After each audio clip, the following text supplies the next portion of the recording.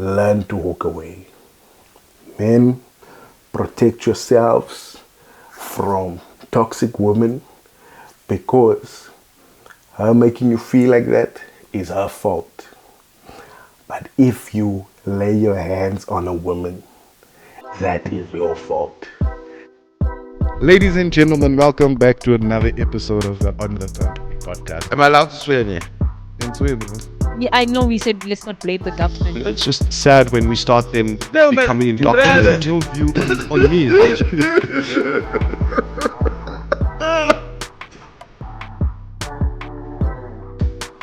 Hello and welcome to another episode of the On the Country podcast. Thank you so much for joining us. Thank you for staying subscribed. I'm fine with people not subscribing, but at least we must not unsubscribe. Thank you guys for enjoying the videos. For those who comment, I appreciate it. Today's topic is a heavy one, which I generally don't like to talk about. Children and the abuse of children. We are approaching Women's Month, and there's a uncomfortable truth that we need to come to terms with. We learned in the case of Cwecwe, this thing of jumping the gun, and making assumptions and finding people guilty before the time. We've learned throughout history, I think it's the Greeks that figured it out. Innocent until proven guilty. This thing of the public's persistence of guilty until proven innocent is the one that's holding us back. But there's a thing that's been an issue or in contention with things like the GBV, anti-GBV movement, the Me Too movement, all these things. Very difficult conversation because there's people who feel like it's a one-sided conversation, and the ones who feel that there's more to the conversation are often labeled with unflattering things, like your intentions or your character is questioned for questioning things. There's a case that came up on my feed where this lady Tiffany Meek was in the news currently seeking bail because she's been accused of murdering her own son. And my first instinct was, fresh off of the Jocelyn Smith case being concluding. In fact, that case is not concluded. Let's not even say it is concluded. I don't know how you can have a trial without the evidence. Do you know what I mean? Like, there's a trial of kidnapping and all of this stuff, but a lack of evidence is not evidence. But anyway, so there's another situation that makes us feel as if the thing is resolved, but it's not resolved. The girl is still missing. The girl is still gone without a trace. There was a story that something might have come up last week and the police were in the township again because a piece of evidence came up. But there is that. So shortly after that, once again, it's a big story of a woman killing a child. And the first thing in my mind was, are we just going to have every month stories of colored women killing children? It feels a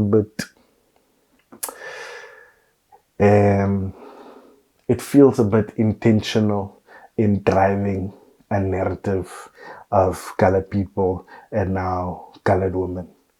There seems now to be a narrative that colored women are killing children. And that's now the only stories that we're in the news about where it relates to gangsterism and violence. And where women are concerned is them causing harm to their children. I wanted to immediately make a video on it because I'd heard a snippet of the opening arguments at the time of Tiffany's defense lawyer, and he had additional arguments in the bail hearing, and I just felt that not that she was being framed, but justice was not being served and things weren't being done properly in uncovering what really happened and how she's involved. It really did feel early on like she's a scapegoat, but I will say, listening to the bail hearing more and more, I've moved closer to I don't know what happened. I don't know what happened. The flop is, and my issue with the whole thing is, how do we get to choose which children's cases are going viral, which children's cases are going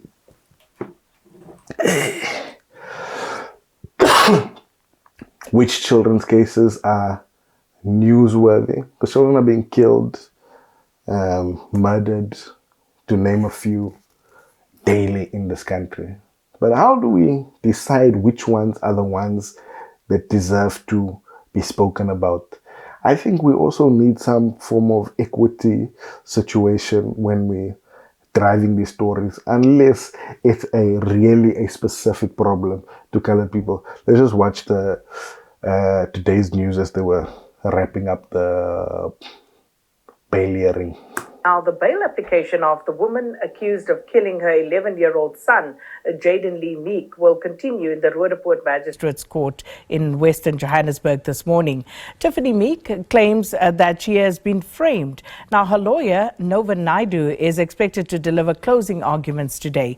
SABC News reporter Lopang Alamo is there. And of course, Lopang, you've been there and listening quite attentively to some of the arguments made last week. The investigating officer running through the state's case.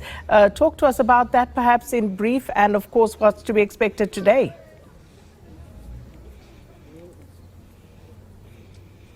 Well, very good morning, Sakina. That's correct. We did hear quite some explosive evidence being read out in court last week. We do know that the defense concluded the cross-examination on Sergeant Nleba Diko, who's the investigating officer in this particular case, as well as the state witness.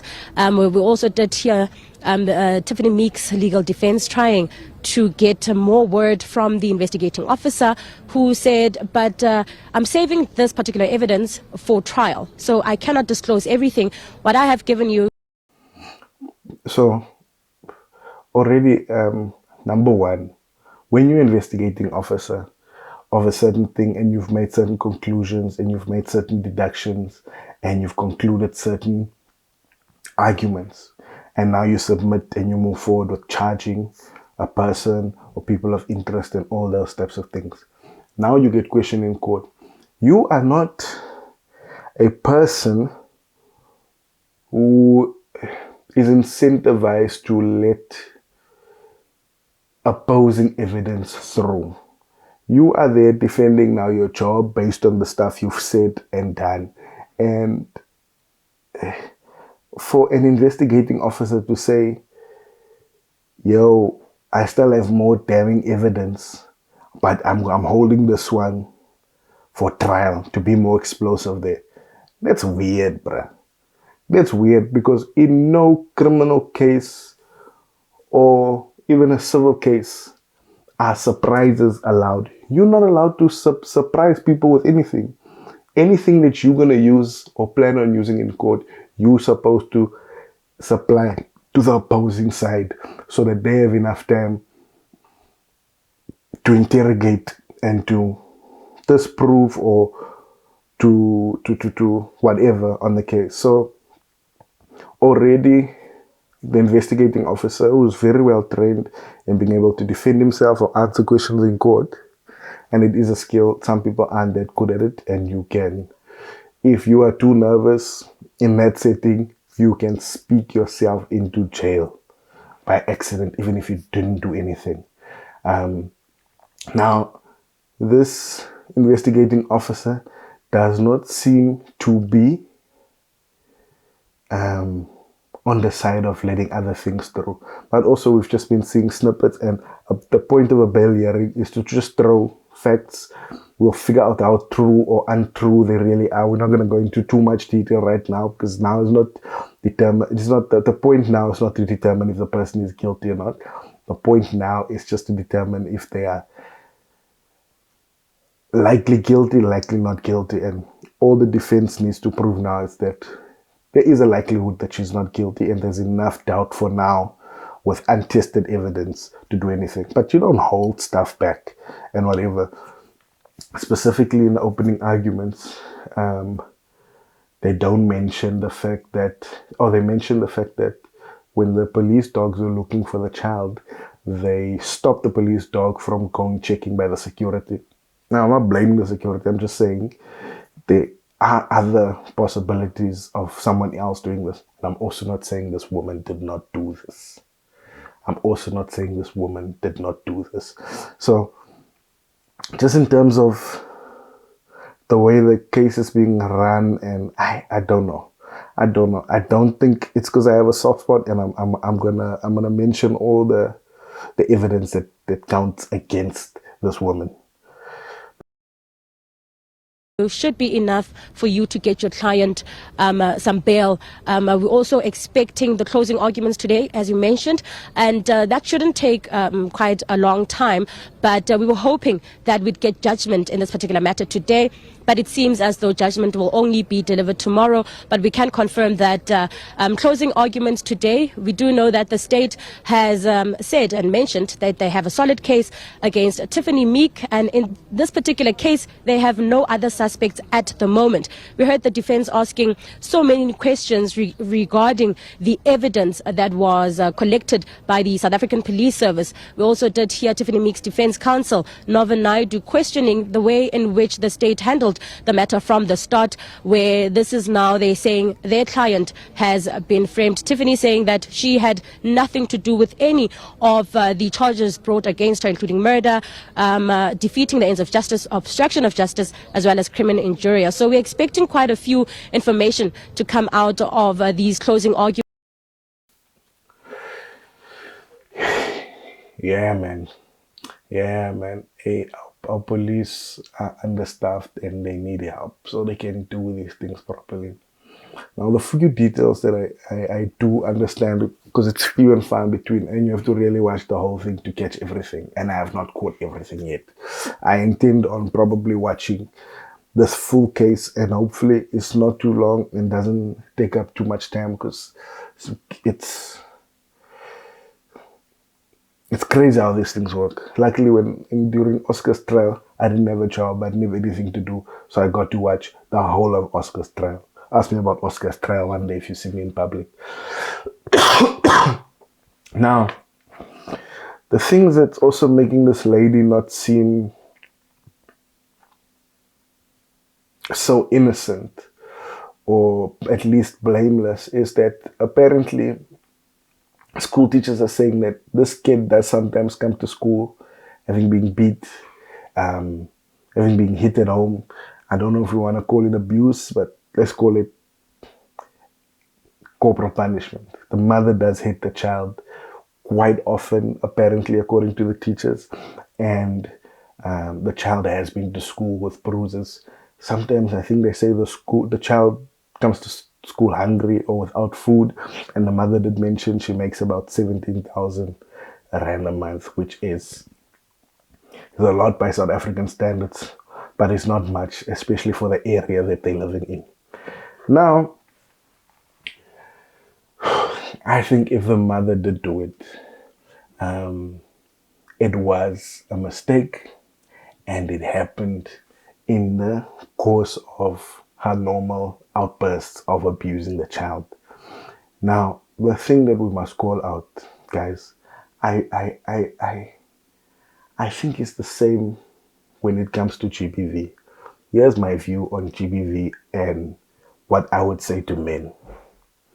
If you feel like hitting a woman, if you feel like hurting a woman or yourself or whatever distress you're going through, if that makes you feel like bursting out in a violent way, and you find that this is not you, or you are naturally an aggressive person, in order to not hit a woman, even if we claim that she is the cause of the turmoil that you are feeling, learn to walk away. Men, protect yourselves. from toxic women because her making you feel like that is her fault. But if you lay your hands on a woman, that is your fault. Now, any excuse that you would have had before of the nature of this person, or the antagonistic nature or the provocative nature of this person, any excuse you could have used before, once you lay your hands on her, it is on you fully. No more excuses. You can come and complain about a woman as long as you've never hit her.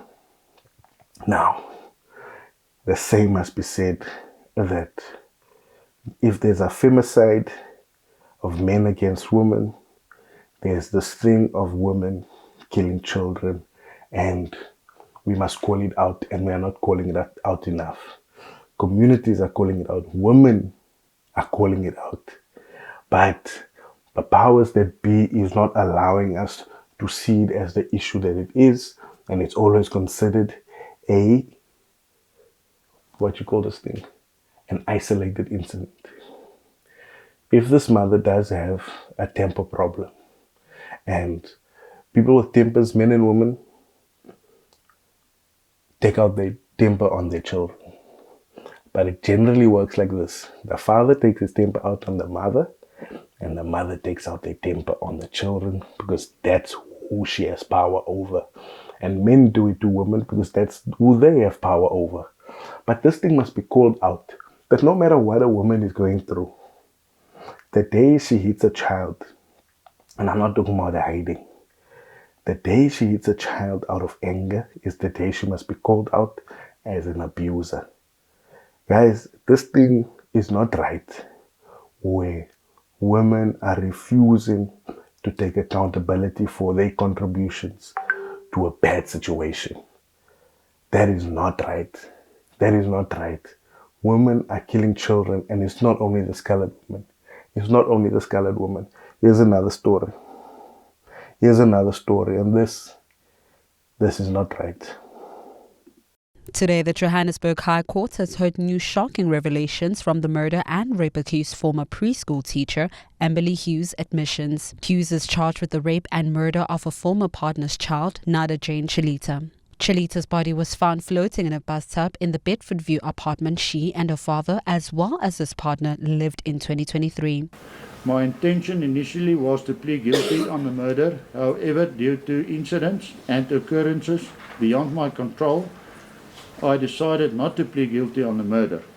I admit that I've drowned the deceased Nada Jane Teresa Galita, 23 January 2023, by sitting on her, which had the result that she was submerged in the water. I admit that my actions were unlawful and that I had the intention to drown the deceased. I admit that the whole event was triggered by a fight I had with the deceased's father concerning his infidelity, and the final trigger was when he told me that I should stop bombarding him. I admit that after the deceased did not respond, that I left her in the bathtub whilst the cold water tap. I think that's enough.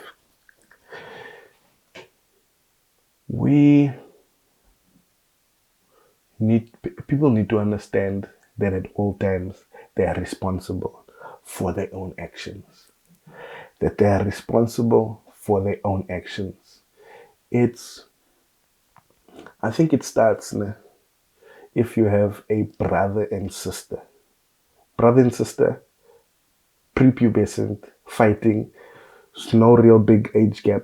Let's say the age gap is 1 or 2 years, whether the girl is older or the boy is older.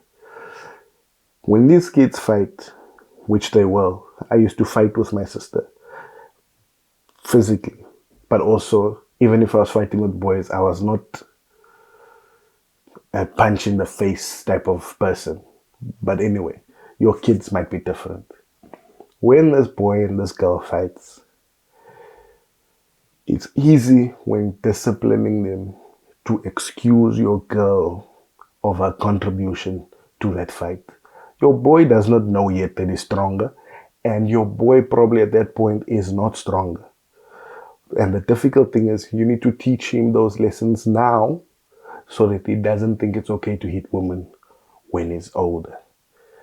Unfortunately, the difficulty is when you reprimanding or speaking to your girl child in that situation, you might be starting the idea of when it comes to physical violence, a woman is not responsible or in charge or liable or accountable to her actions in contributing to that.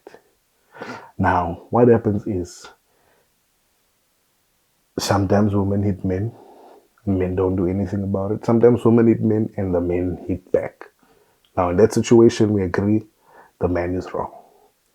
However, if you are continually finding yourself relationship after relationship hitting men when you are aggrieved, you must also take some of that responsibility.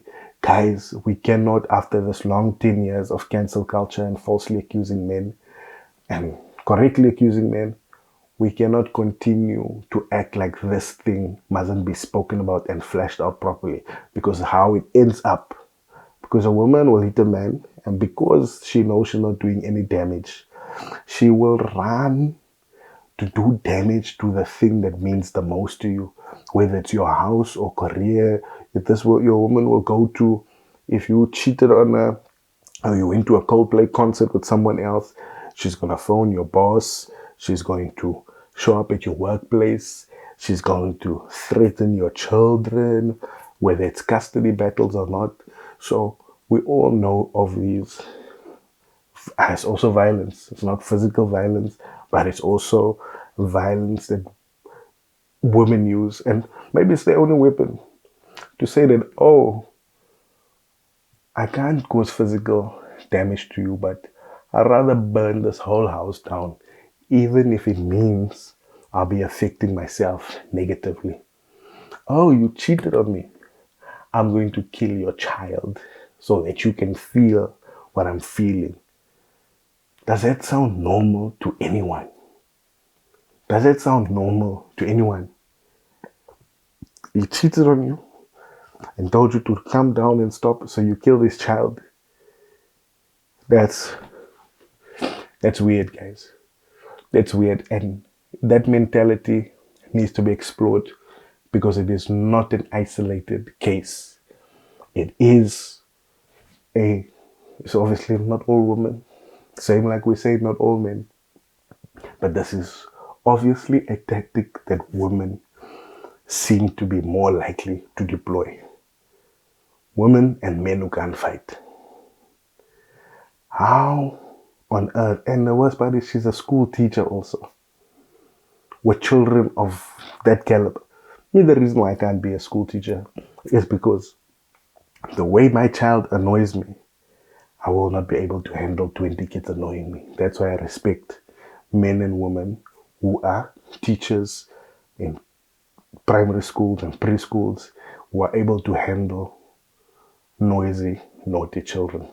This woman was upset and sat on a child in a path to prove to this guy that I can hurt you more than you hurt me. Explain that to me, guys. Explain that to me. I say that to say we really need to look at how we are going about solving this GBV issue. We need to do it properly, because if we misdiagnose just because of the symptoms, if we're misdiagnosing the symptoms on the surface, which is hitting a woman or killing a woman or hitting a child or killing a child, if we're just using that as diagnosis, we're going to give the wrong medication. We need to go deeper and we need to understand why people are doing this to each other without fear, without favor, without bias or anything. I do not think we will solve GBV the way we are going on about it now. They keep saying the reason I'm doing GBV, because I do think the trickle-down effect of GBV is eventually women hurting children when they can't hurt men. Why are men hitting women? Why are women killing children?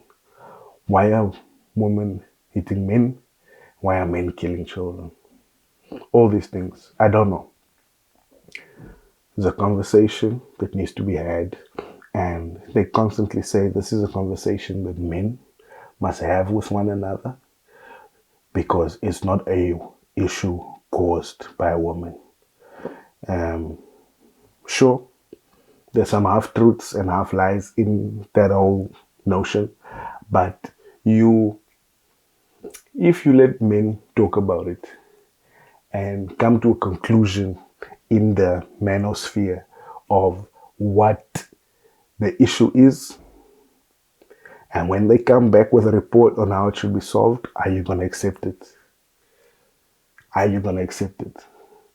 Guys, the one thing I must respect women for, there are people outside the court of Tiffany Meek who say, please release her on bail. We will take care of her when she gets here. These women who say, what you did, we don't respect, or what we believe you did, we don't respect, and we're going to solve you for it. I know a lot of men were like that also. If they found out that you hit your wife, or you are abusive, you get drunk and you do this, whatever, there are men that will step in. There are men in the hood that will come to your house and hit you in front of your wife after you hit your wife. That does happen. But the powers that be and whoever chooses what the narrative is in the media has to be questioned. Has to be questioned. So, back to Tiffany. As much as I think there is reasonable doubt that she killed her child, reasonable doubt, not full doubt, just like reasonable doubt, I don't think she must be out on bail, because I do think whether she did it or not, she is or will become suicidal. And whether or not she's suicidal, her life seems to be in danger in the area that she lives in. But anyway, let's continue to have difficult conversations. Let's continue to correct one another or give perspective on certain things. We all want to see South Africa or the world be a better place. I'm Emilio Tobias. This is the On the Country podcast. Please drop us a comment and let us know what you think and how you feel. Don't fight with me. Let's just talk.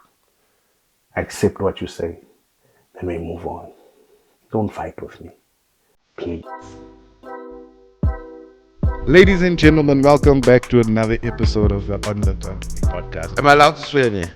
In Sweden. Yeah, I know we said let's not blame the government. It's just sad when we start them becoming indoctrinated. Your view on me.